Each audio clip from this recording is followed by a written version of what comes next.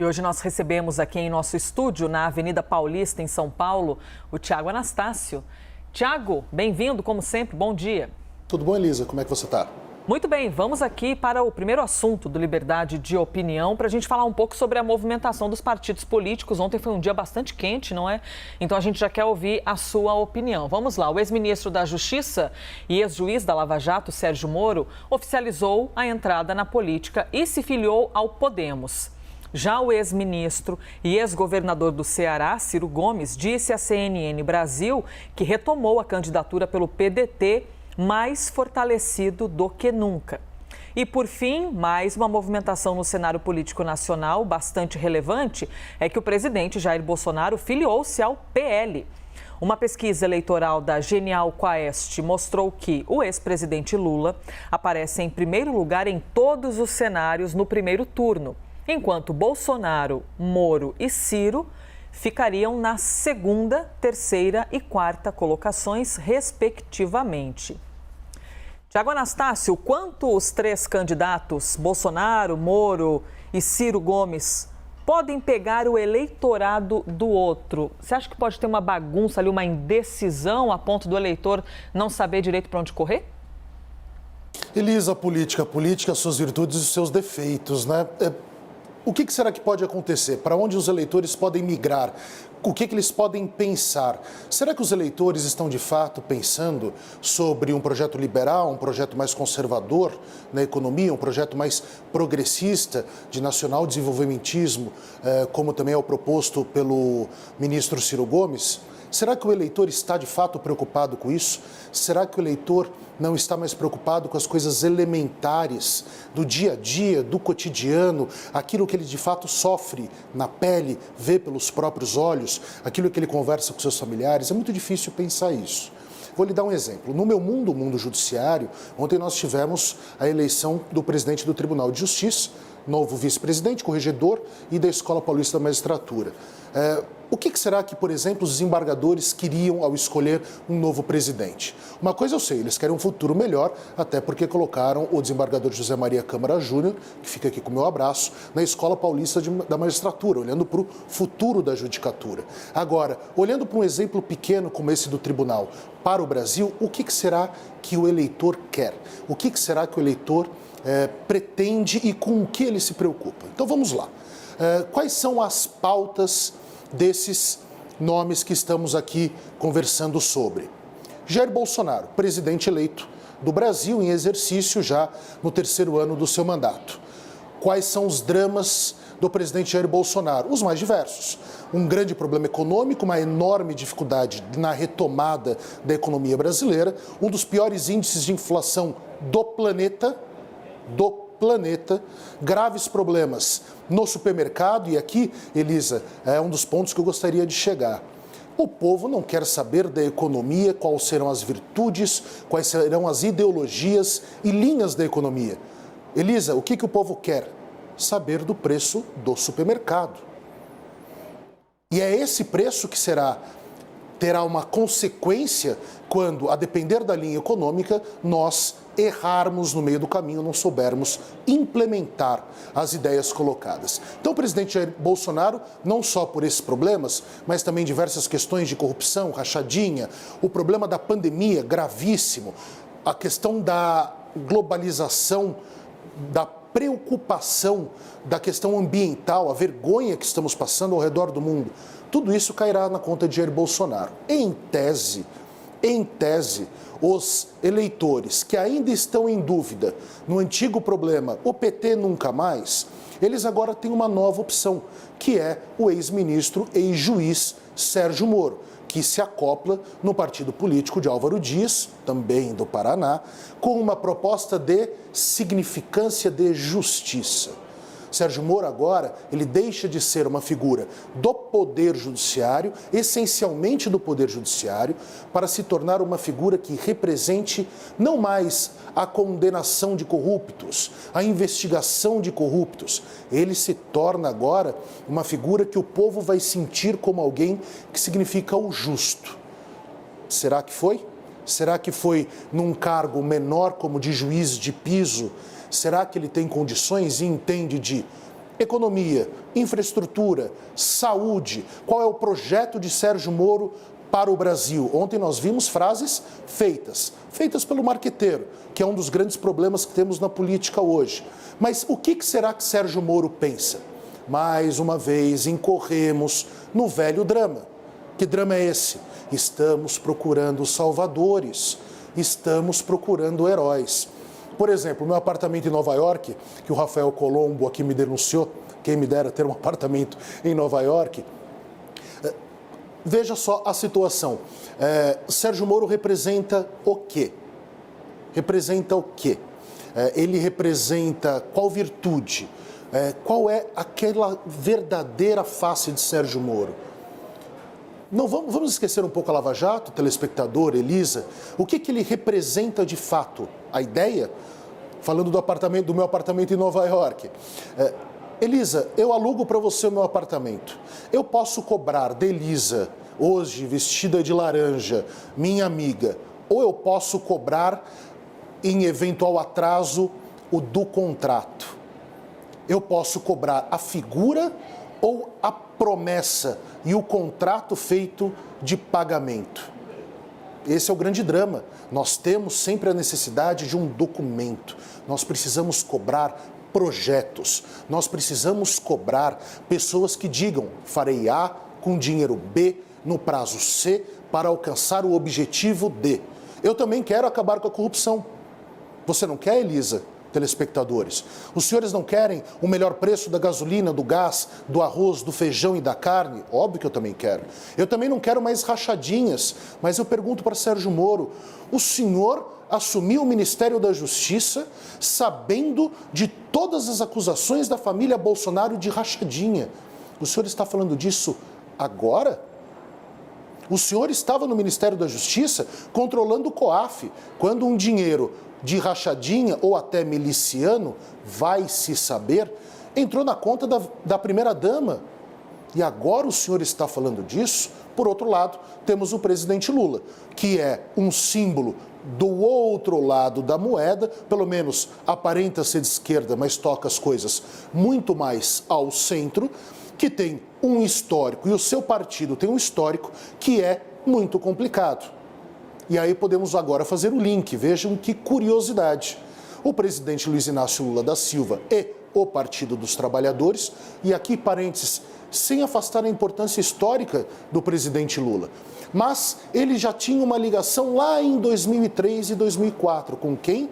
Valdemar Costa Neto, o boy, condenado no mensalão. Deem um Google, Valdemar Costa Neto e José Dirceu. Estarão os dois saindo do presídio juntos. Porque agora também é um assunto do PT esquecer a Lava Jato, porque houve sim um julgamento parcial, mas o PT não consegue apagar o mensalão lá de trás, aonde as mesmas figuras de sempre já estavam no jogo. E depois temos o presidenciável Ciro Gomes, que foi necessário para todos esses partidos. E esse é uma figura muito interessante, mas que gera muito ódio. Muito porque no Sudeste ainda temos questões com os nordestinos. Nós chamamos de coroné, disso e daquilo, enquanto não olhamos a história das pessoas.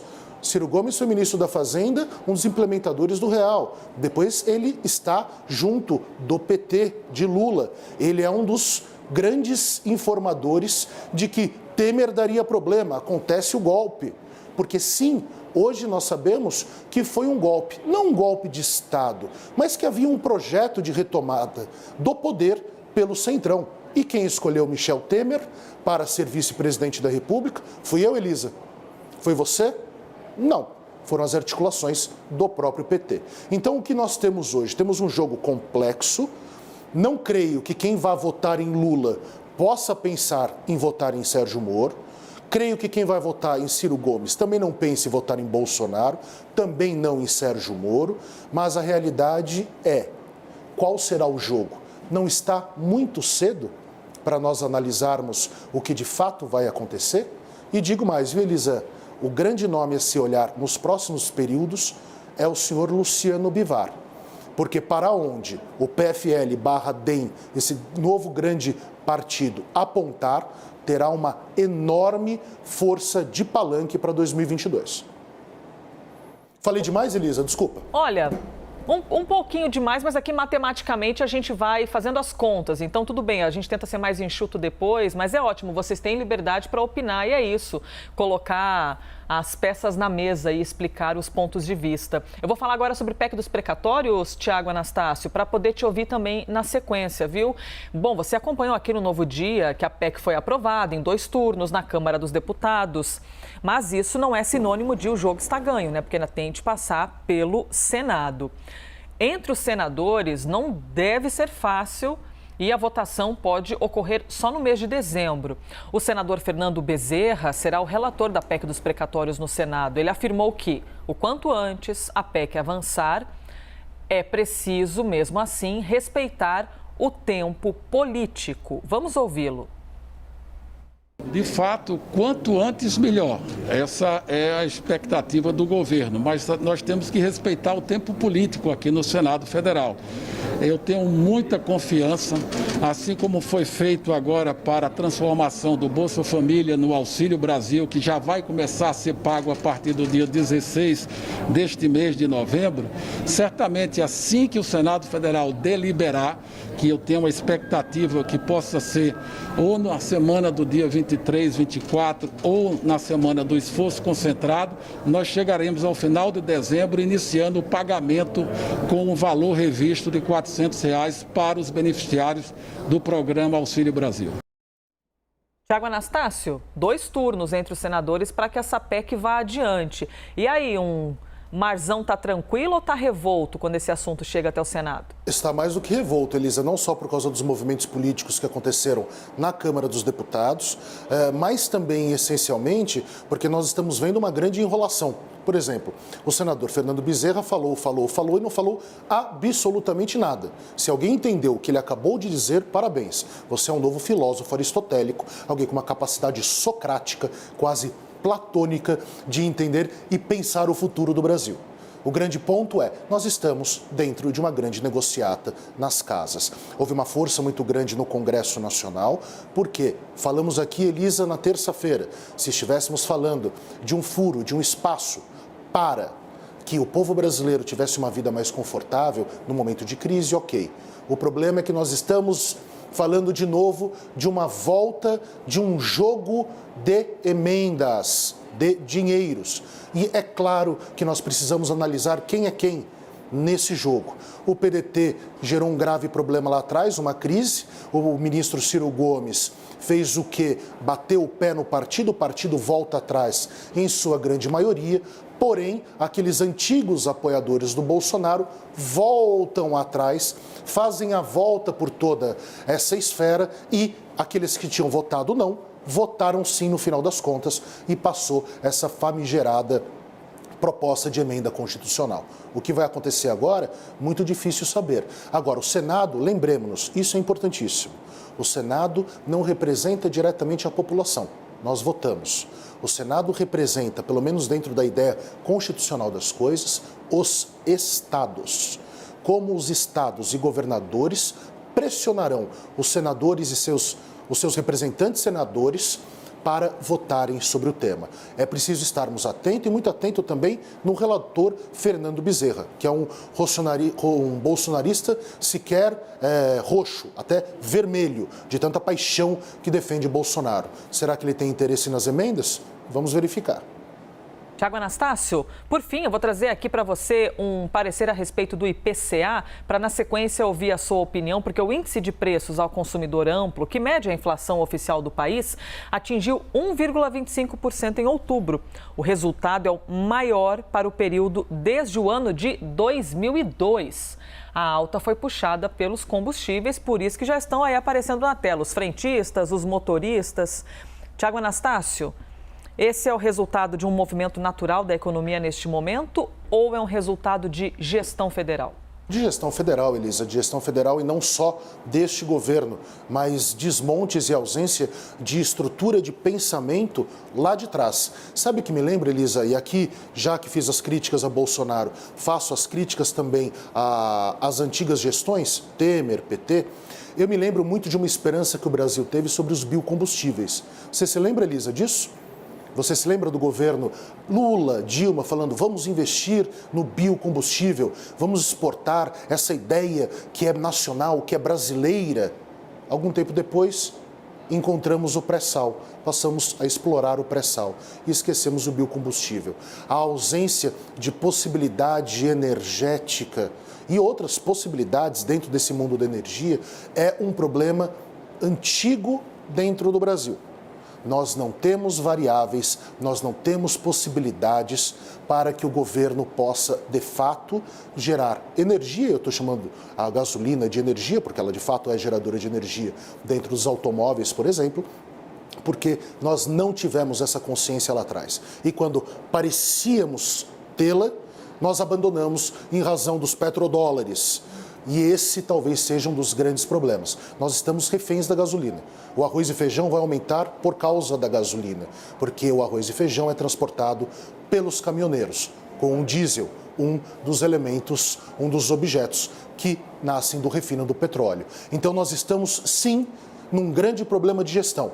E o presidente Jair Bolsonaro precisa, sim, conversar com a Petrobras e não pagar de espertão e dizer 20 dias antes, olha, queridos, daqui 20 dias haverá um novo aumento. Isso é inadmissível. Nós precisamos que essa sangria estanque com um projeto, sem acreditar em reis, rainhas, milagrosas figuras que podem salvar o Brasil. Se for assim, vamos votar no Thor, no Hulk, no Homem de Ferro. E não mais nesses nomes que nós já sabemos quem são e as trairagens com o povo que são capazes. Opiniões de Tiago Anastácio, então, para você que nos acompanha ao vivo. Tiago, obrigada, viu, por mais um dia. Ótima quinta para você. Ótima quinta para você. Aguardo o aluguel do meu apartamento em Nova York. Teremos.